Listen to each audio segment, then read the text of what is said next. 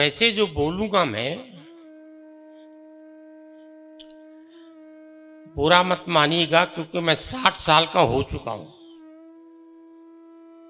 वैसे 61.5 का हूं, लेकिन चूंकि आप 60 साल जानते हैं, इसलिए आपको याद दिला रहा हूं। पूरा झगड़ा, पूरा संसार और परमधाम, खेल सब स्मृति भंश का है, भुलौनी का है, भूल जाने का है। ऐसा हम कहते हैं, सुनते हैं, पर दुर्भाग्य बस समझते नहीं।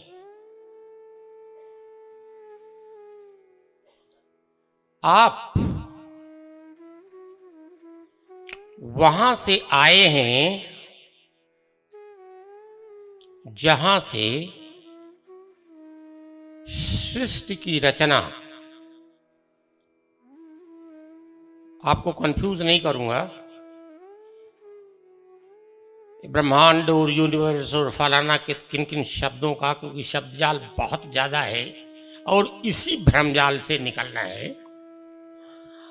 तो जहां से सृष्टि की रचना शुरू हुई, आप वहां से आए हैं और श्री जी ने आपसे अपेक्षा ये की कि आप अपने को पहचाने।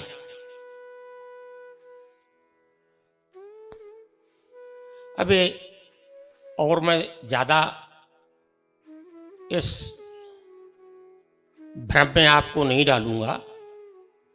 मोटी भाषा में अपने स्वरूप को पहचानिए, अपने रूप को नहीं।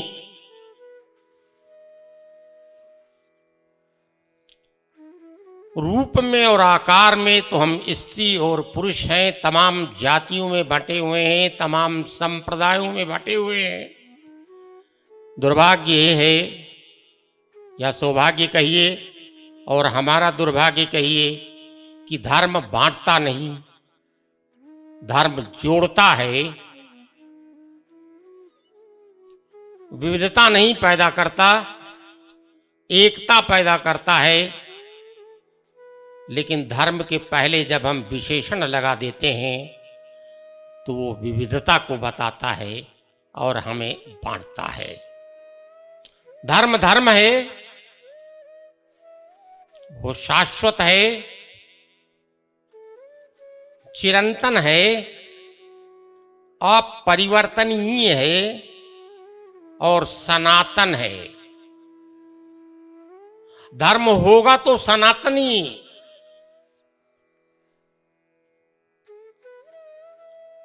जब उसके पहले विशेषण लगा दिए तो हिंदू धर्म हो गया, इस्लाम धर्म हो गया। हालांकि धर्मशास्त्र की किताबों में ये शब्द मुझे ढूंढने पर नहीं मिले, मेरा दुर्भाग्य कहिए। कुछ धर्माधिकारी इसको कहाँ से ढूंढ कर लाते हैं और कहाँ से कहते हैं मैं नहीं जानता, लेकिन धर्मशास्त्र की पुस्तकें नहीं कहती हैं। यहूदी धर्म हो गया, ईसाई धर्म हो गया, सिख धर्म हो गया, बौद्ध धर्म हो गया, इतने धर्म हो गए, तो ये सनातन कहाँ रहा? ये तो विशेष धर्म हो गए, जीने का तरीका हो गया, आर्ट ऑफ लिविंग हो गया, पूजा की पद्धति हो गई, रहन सहन का ढंग हो गया, खाने का ढंग हो गया, कपड़ा पहनने का ढंग हो गया, कपड़े बाल रखने के ढंग हो गए, टोपी लगाने का ढंग हो गया, सर पर कुछ रखने का ढंग हो गया, तो संप्रदाय हो गए। श्री जी ने कभी धर्म की बात नहीं की, शाश्वत धर्म की बात की और निजानंद संप्रदाय की बात की। अब लीजिए निजानंद को, हमारा आनंद आपको कैसे नसीब हो जाएगा? हमारा आनंद तो हमारा आनंद है, आपका आनंद आपका आनंद है, इसलिए वो शुद्ध निज है, किसी का दिया हुआ आनंद नहीं है। गलत फहमियों और खुश फहमियों का इलाज नहीं है, जिसको करने की कोशिश भी नहीं करनी चाहिए। लेकिन मान्यताओं का कोई आधार है या नहीं। जिस स्रोत से हम आए हैं बुद्धि को लेकर के, महत्व की और क्या क्या बात होती है उसमें मैं कंफ्यूज नहीं करूंगा आपको। वो बुद्धि की बात अगर करते हैं हम, जहां से हम आए हैं, जिस महत्व से, जिस हायर इंटेलिजेंस से बुद्धि लेकर के आए हैं, जिस सर्वोच्च सत्ता को हम राज्य कहते हैं, उन्होंने अपना सब कुछ दे दिया, अपने पास कुछ नहीं रखा। यहां तक कि आपकी बुद्धि ने जिस आकार को चाहा वो आकार भी दे दिया, लेकिन हमसे यह जरूर अपेक्षा कि भाई जो दिया है उसका इस्तेमाल जरूर कर लेना। हमने उसका इस्तेमाल ही बंद कर दिया, निज के विषय में सोचना ही खत्म कर दिया, दूसरे के विषय में सोचना शुरू कर दिए। चलेगा, कलयुग है। अच्छा सोचिए दूसरों का, और अगर अच्छा बुरा आपको कुछ तमीज ही नहीं है, ज्ञात ही नहीं है, ज्ञान ही नहीं है, बड़ा झगड़ा है। ज्ञान में, कर्म में, उपासना में, भक्ति में, कहां कहां शब्दों में उलझे हुए हैं और कोई चीज साफ है ही नहीं। क्यों? ये सब जुड़े हुए हैं, सब मिक्सड अप हैं, सब उलझे हुए हैं। सुलझाना नहीं है, वरना जिंदगी इसी में चली जाएगी।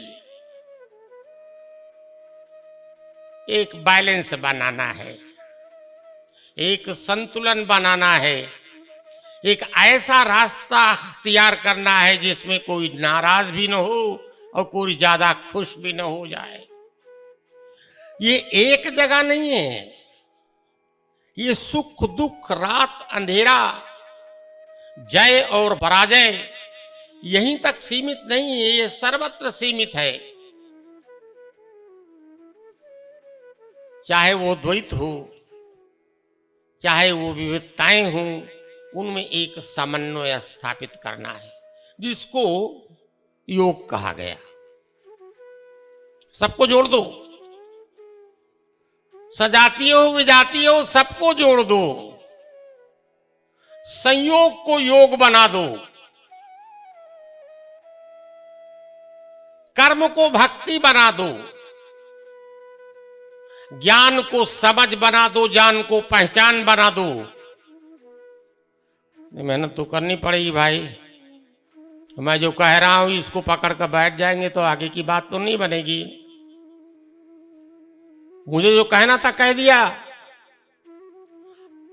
अब आपको ये तय करना है कि जो मैं कह रहा था वो सही है या गलत है, उपयोगी है या अनुपयोगी है, प्रक्रियात्मक है, व्यवहारिक है, करने लायक है या सिर्फ सुनने लायक है, ये तो आप तय करेंगे ना।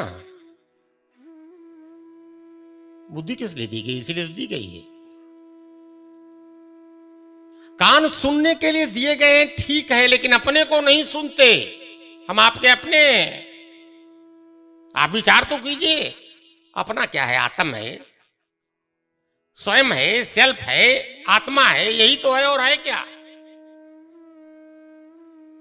दो तीन चीजें जो बहुत मोटी मोटी हो मैं बता दूं आपको। आप शरीर नहीं है, लेकिन आप हैं, अर्थात आप सत हैं। सत्य नहीं कहता, कहना चाहे तो वो भी कह ले, क्योंकि सत्य को अपेक्षा या तुलना की जरूरत या प्रमाण पत्र की आवश्यकता नहीं होती। सत्य है, रहा है, रहेगा, और वो अनपेक्ष है। तो आप सत्य हैं। आप हमें माने न माने, राज्य को माने न माने, किसी व्यवस्था को माने न माने, लेकिन अपने को जरूर मानेंगे, इसलिए आप सत्य हैं। हम जो बात कह रहे हैं कुछ को अच्छी लग रही होगी, कुछ को बुरी लग रही होगी, कुछ को लग रही होगी शेखी बघार रहे हैं, कुछ लोगों को कह रहे हैं कि अपने अनुभव बखान कर रहे हैं, कुछ लोगों को लग रहा होगा ये वाचिक ज्ञान है, किताबों में पढ़ रखा है, वो बोल रहे हैं। कुछ लोग सोच रहे उम्र का नाजायज फायदा उठा रहे हैं। तो अच्छा बुरा तो लगा। ये क्या है?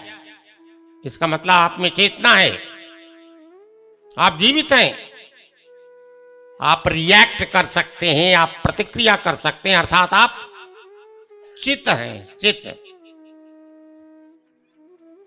अब कुछ बातें किसी ने पसंद की, कुछ बातें किसी को नापसंद लगी। जिसको पसंद लगी उसको अच्छा लगा, सुख मिला। जिसको नापसंद लगी उसे दुख लगा।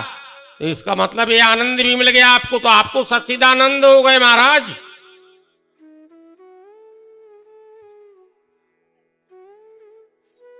फिर काहे के लिए समझते हैं कि मारे मारे फिरते रहे? यार क्या बताएं, कितनी परेशानी में है, कितनी कठिनाई में है, क्या बताएं भाई। रोटी नहीं आती, नौकरी नहीं मिलती, अच्छे कपड़े नहीं मिलते, गाड़ी नहीं मिली, और रिजर्वेशन नहीं हुआ, और बच्चा नहीं निकला अच्छा, और क्या बाल झड़ गए, दांत हिलने लगे। तो सच्चिदानंद है आप महाराज, यही आपका स्वरूप है, यही सच्चाई है, यही रियलिटी है। वो पहचान लीजिए उसे, फिर कदम बढ़ाइए। हाँ, औकात में जरूर रहिए, वक्त दूसरों को आंकने दीजिए, औकात अपनी में रहिए। क्यों? हम सीमित हैं, हम शरीर की सीमाओं में बंध गए। यही वक्ता महोदय कह रहे थे, हीरालाल जी कह रहे थे, हम हद के प्राणी हैं, हद के जीव हैं। बेहद बनने की कोशिश न करें, सीमा में है।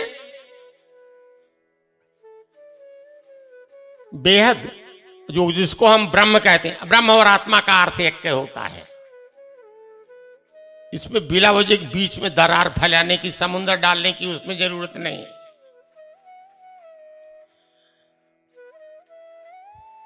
ब्रह्म माने पसरना होता है, फैलना होता है, एक्सपेंशन होता है। मां माने मनन करना होता है। आत्मा माने चलना होता है, मां माने मनन करना होता है।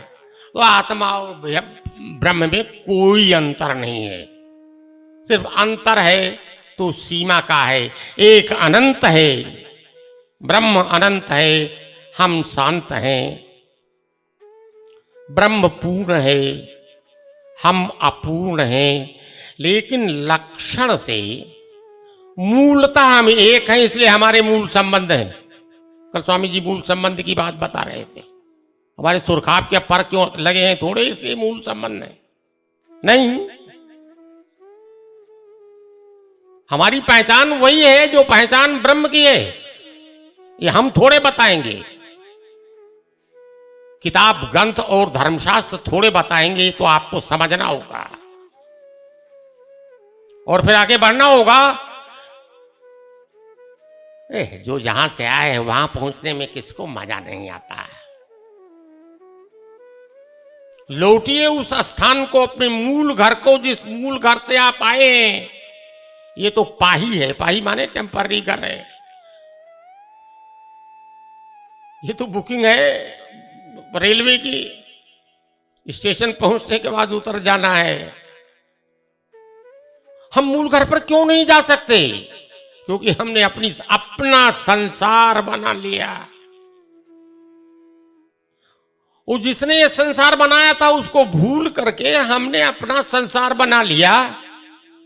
अपना संसार खत्म किया, झगड़ा खत्म, फिर हम उसके संसार में गए। अब ये उसका काम है, देखे हमको कहां पहुंचावे कहां ना पहुंचावे।